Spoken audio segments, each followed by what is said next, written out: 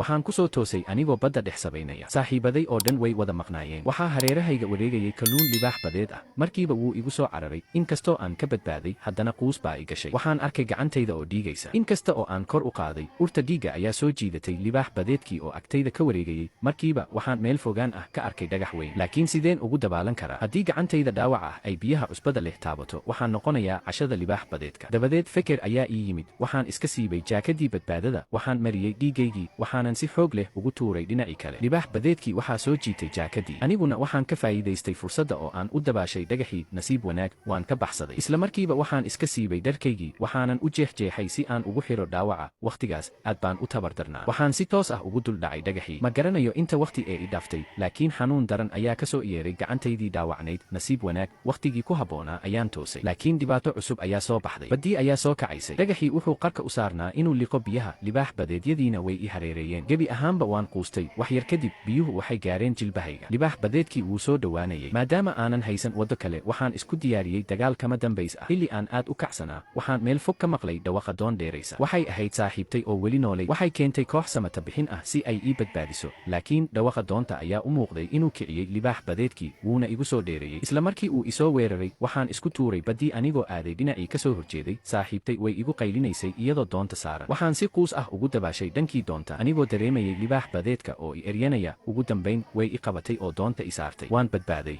waxay ahayd irbad yar, laakiin awooddeedu waxay burburin kartay adduunka oo dhan. isla markiiba irbadii waxay durtay taayirka baabuur. ninkii wuu xanaaqay, laakiin ma uusan haysan doorasho kale. waxaa ku qasbanaaday inuu irbadda ka siibo. markii uu sida sameeyey, baabuurkii wuxuu bilaabay inuu isku ururo. waxay ahayd sidii in hawadii oo dhan laga wada nuugay, sida buufin la fashiyey oo kale. gebi ahaanba aan wax faa'iido ah lahayn. labadii saaxiib way yaabeen. hal su'aal oo keliya ayaa maskaxdooda ka guuxaysay: xagee aaday irbadii? markii ay soo jeesteen, way naxeen. irbadii waxay ku dhigtay gidaarka dhismo dheer oo u dhowaa. wiilkii oo gariiraya ayaa ka soo bixiyey, waxaana dhacay wax la yaab leh. dhismihii oo dhan ayaa bilaabay inuu burburo sidii baabuurkii oo kale. waxay u muuqatay in hawadii oo dhan laga faaruqinayo. muuqaalku wuxuu ahaa mid aan la rumaysan karin oo qofna ma fahmi karin waxa dhacaya. hadda waxay ogaadeen sida ay irbaddu u ahayd khatar iyo awood badan. labadii saaxiib waxay bilaabeen inay ku murmaan sidii ay isaga takhalusi lahaayeen. isla markaas waxaa arkay nin waayeel ah oo koofiyad wata. isagoo u malaynaya inay ishayaan, ayuu isku dayay inuu kala celiyo. laakiin intii lagu jiray isqabsiga, irbadii waxay si lama filaan ah uga muday ninkii calaacashiisa. ma uusan ogayn sida ay u dilaa ahayd. isagoo argagaxsan ayuu markiiba irbadii iska siibay. wiilashii waxay isku dayeen inay joojiyaan, laakiin way goor ahayd. isla markii irbadii la saaray, ninkii waayeelka ahaa wuu burburay oo fashiyey. labadii saaxiib way argagaxeen. hadda waxay go'aansadeen inay si kasta oo ay noqoto isaga takhalusaan irbadda. markii ay soo qaadeen, waxaa ku soo yaacay bas weyn oo si xawli ah ku socda, wuuna ku dhacay. isla markii ay irbadii durtay, baska wuxuu ku fashiyey ilbiriqsiyo gudahood. waxay ahayd sidii in hawadii oo dhan ay ka baxday. labadoodii waxay go'aansadeen inay irbadda meel fog u diraan. waxay ku xireen buufin, waxayna u daayeen inay cirka isku shareerto, iyagoo u malaynaya inay aakhirkii ammaan heleen. laakiin buufinkii ayaa qarxay. irbadiina waxay si toos ah dhulka ugu soo dhacday. dhanka kale, ninkii koofiyadda watay ayaa si uun hawo isugu buuxiyey oo istaagay. wuxuu ugu hanjabay inuu xiri doono. iyagoo baqdinla il daran, labadoodii waxay si degdeg ah irbadii uga soo saareen dhulka oo ay carar bilaabeen. isla daqiiqadaas waxaa la maqlay dhawaaq cabsi leh. adduunkii oo dhan ayaa bilaabay inuu fashiyo. waxay ahayd sidii in hawadii nolosha oo dhan ay baxayso. labadii saaxiib ayaa isku duubay si adag. isla markiiba iyaga iyo adduunkii oo dhan way wada burbureen, waxayna isku beddeleen buufin fashilmay oo kale.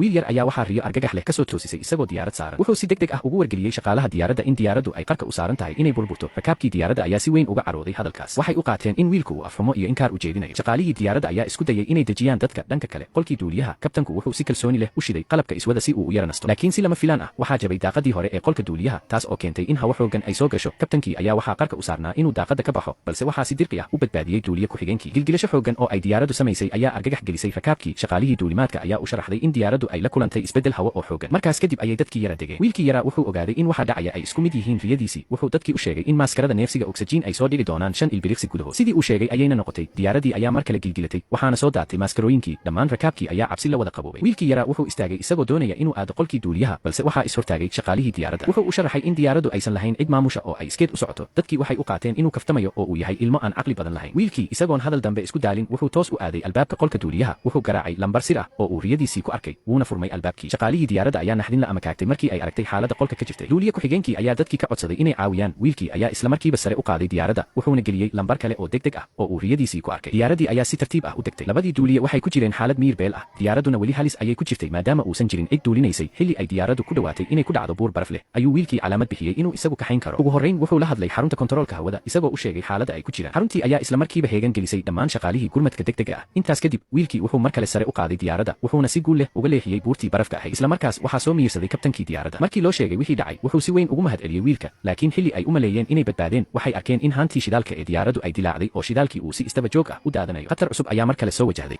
wiilkan yar ayaa si kaftan ah u yidhi waxaan jeclaan lahaa inaan helo shukulaato badan isla markiiba jeebabkiisa waxaa ka soo daatay shukulaatooyin fara badan kadib wuxuu yidhi waxaan jeclaan lahaa inaan yeesho qasri dhulkii ayaa gariiray waxaana ka soo baxay qasri weyn oo dhagax ah dhagaxan ma ahayn mid caadi ah wuxuu ahaa dhagax sixir ah oo fulinayay rabitaan kasta markii ay saaxiibadiis arkeen awoodda dhagaxa waxaa galay damac waxayna isku dayeen inay ka xoogaan intii ay isriixayeen dhagaxii wuxuu ku dhacay dooxo dheer wiilkii ayaa si degdeg ah u orday oo ka helay meel webi agtiisa ah laakiin inta uusan qaadan waxa afka ku qabtay yaxaaska oo liqay wiilkii geesiga ahaa kama uusan labalabayn wuxuuna si toos ah ugu booday afka yaxaaskii dhowr ilbiriqsi kadib wuxuu ka soo baxay isagoo dhagaxii sido jidhkiisana ay dabooshay dheecaan jaale ah isagoo isku diyaarinaya inuu sameeyo rabitaankiisii xigay waxaa si aayar ah uga soo dabagalay yaxaaskii kale oo aad u weynaa kaas oo ku istaagay labadiisa lugood ee dambe wiilkii oo cabsanaya ayaa qayliyey waxaan jeclaan lahaa inaan meeshan ka baxsado isla markiiba waxaa soo muuqday dinosaur duulaya oo loo yaqaan pterodactyl kaas oo qabtay wiilkii kuna tuuray dusha sare ee qasriga laakiin yaxaaskii ma quusan wuxuuna bilaabay inuu qasriga soo koro wiilkii ayaa mar kale yidhi waxaan rabaa inaan ka takhaluso dhammaan yaxaasyada mid mid ayay yaxaasyadii hawada ugu boodeen oo ay ku libdheen markaas ayay carruurtii ogaadeen khatarta dhagaxan waxay dhiseen qalab u eg madfac dhagaxiina dhex dhigeen irka ayayna ku tureen dhagaxii wuxuu ku dhacay meel ciid ah waxaana helay wiil kale oo dugsiga kula jiray oo xoog badnaa wiilkii xoogga badnaa ayaa ku dhuftay wiil yar oo kale oo geed saarnay kaas oo miyir beelay markii uu soo miyirsaday wuxuu maqlay dhagaxii oo la hadlaya oo leh samee rabitaankaaga xiga wiilkii ayaa yidhi waxaan jeclaan lahaa inaan yeesho saaxiibo badan isla markiiba waxaa samada ka soo muuqday saxano duulaya kuwaas oo ahaa saaxiibadiisii cusba waxay daawadeen barnaamij cunto karin ah kadibna waxay u galeen jikada saxanadii duulayay waxay isticmaaleen mindiyo waxay jareen khudaartii waxayna u kariyeen cunto macaan wiilkii si farxad leh ayuu u cunay cuntadii kadib waxay u nadiifiyeen qolkiisii oo ay ka dhigeen mid dhalaalaya markii uu aabbihii soo galay oo arkay qolka oo sidaas u nadiifsan aad ayuu ugu farxay xitaa waxay ka siibeen biraha ilkaha waxayna ka dhigeen kuwa cad oo qurxoon maalintii xigtay wiilkii wuxuu timaha u shanlaystay sida geesiyaasha saxanadii duulayeyna waxay geeyeen dugsiga halkaas oo ay cashar lama ilaawaan ah u dhigeen carruurtii ku dhibi jirtay habeenkii wiilka hooyadiis ayaa qolkiisa soo gashay markii ay aragtay dhagaxii sixirka waxay ku ridatay boorsadeeda maalintii dambe waalidkii waxay aadeen xaflad aabbihii wuxuu ku mashquulsanaa taleefankiisa hooyadii ayaa tiri waxaan jeclaan lahaa inaan isku soo dhowaano isla markiiba way isku dhegeen madaxdoodii shaqada ayaa u soo socday markaasay si degdeg ah u dhuunteen intii ay dhuumanayeen gabar yar ayaa heshay boorsadii oo dhulka taala wiilkii yaraa ayaa u orday si uu uga soo qaato laakiin gabadhii ayaa ku dhufatay boorsadii halkaas ayay sheekadu weji cusub ka yeelatay bal ka warrama haddii aad heshaan dhagax sixir ah oo sidan oo kale ah maxay noqon lahayd rabitaankiina ugu horeeya fikradihiina nala wadaaga